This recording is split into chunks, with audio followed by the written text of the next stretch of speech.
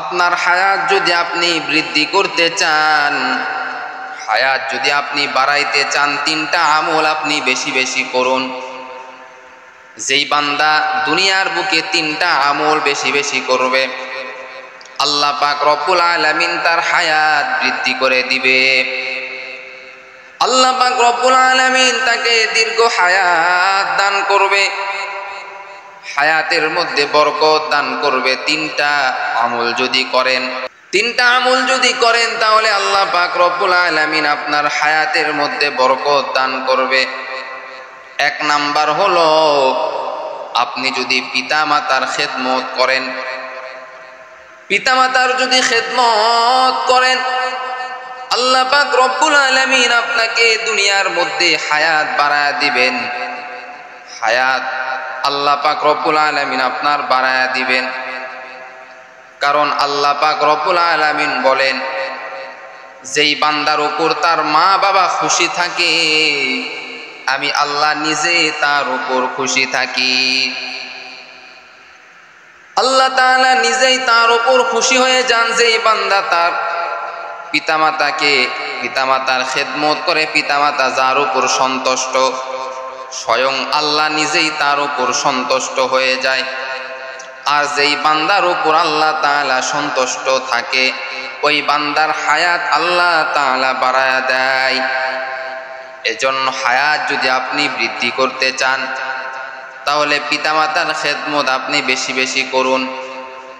মায়ের খেদমত করুন, বাবার খেদমত করুন।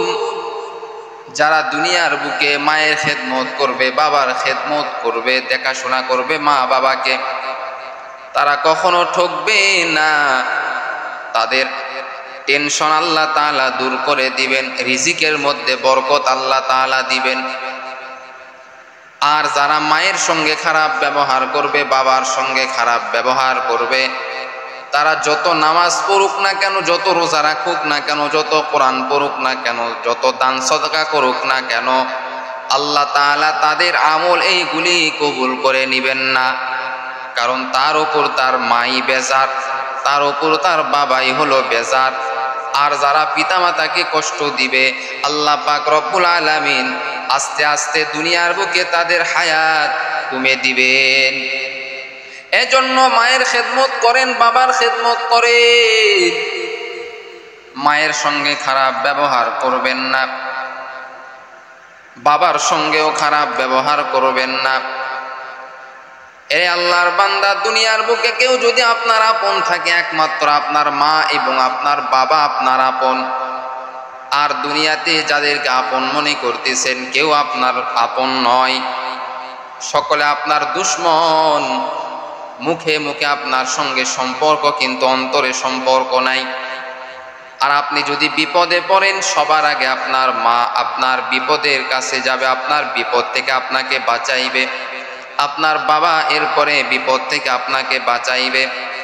এজন্য পিতামাতার খেদমত যারা করবে, আল্লাহ পাক রব্বুল আলামিন দুনিয়ার বুকে তাদের হায়াত বৃদ্ধি করে দিবেন। এক নাম্বার হলো হায়াত বৃদ্ধি করার জন্য এক নাম্বার আমল হলো পিতামাতার খেদমত করা। যারা পিতামাতার খেদমত করবে, আল্লাহ পাক রব্বুল আলামিন দুনিয়ার বুকে তাদের হায়াত বাড়ায়া দিবে, তাদের রিজিকের মধ্যে আল্লাহ বরকত দিবে। আর যারা পিতামাতার খেদমত করবে না, আল্লাহ তাআলা দুনিয়ার বুকে তাদের হায়াত কমে দিবে এবং তার রিজিক থেকে বরকত উঠায় নেবেন। এজন্য যাদের মা বাবা জীবিত রয়েছে, তারা মা বাবার খেদমত করবেন। ইনশাআল্লাহ আল্লাহ পাক রব্বুল আলামিন আপনার সংসারে বরকত দান করবে, হায়াত আল্লাহ তাআলা আপনার বাড়ায়া দিবে। আর মায়ের যদি খেদমত আপনি না করেন, তাহলে শুনে রাখেন, আপনি যতই আমল করেন না কেন, যতই নামাজ পড়েন না কেন, আপনার নামাজ আল্লাহ তাআলা কবুল করে নিবে না। কারণ মায়ের অন্তরে যারা কষ্ট দিবে, বাবার অন্তরে যারা কষ্ট দিবে, স্বয়ং আল্লাহ তাআলাকেই কষ্ট দেওয়া হয়। কারণ মা বাবা যখন আপনার উপর খুশি থাকবে, আল্লাহ তাআলা তখন আপনার উপর খুশি থাকবে।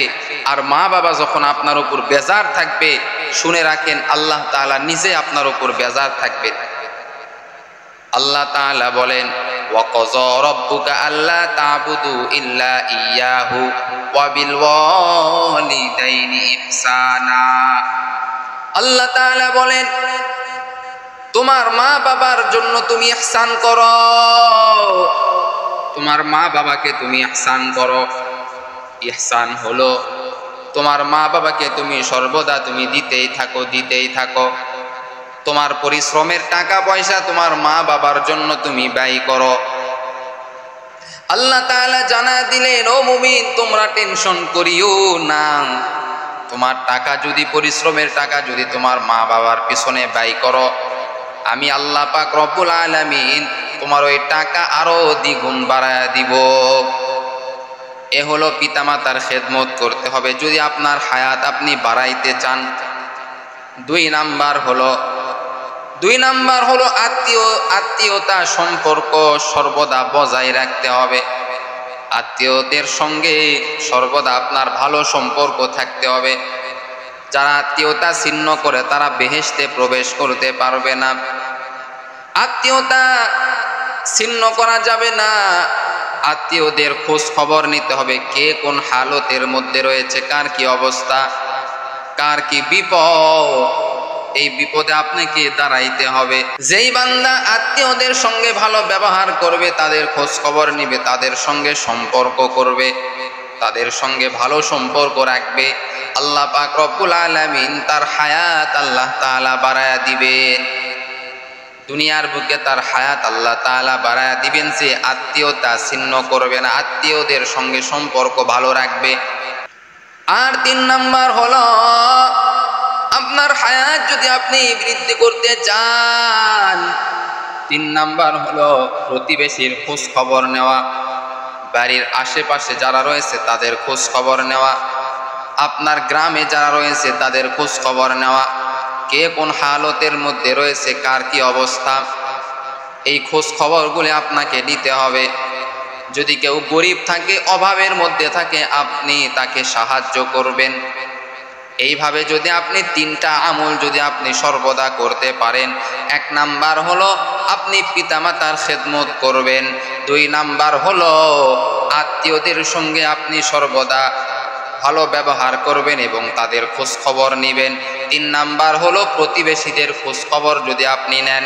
এই 3টা আমল যদি আপনি করেন, 3টা আমল যদি আপনি করেন, আল্লাহ পাক রব্বুল আলামিন বলেন, ও বান্দা, আমি আল্লাহ তোমার হায়াত বৃদ্ধি করে দিব এবং তোমাকে আমি আল্লাহ রিজিক দান করব।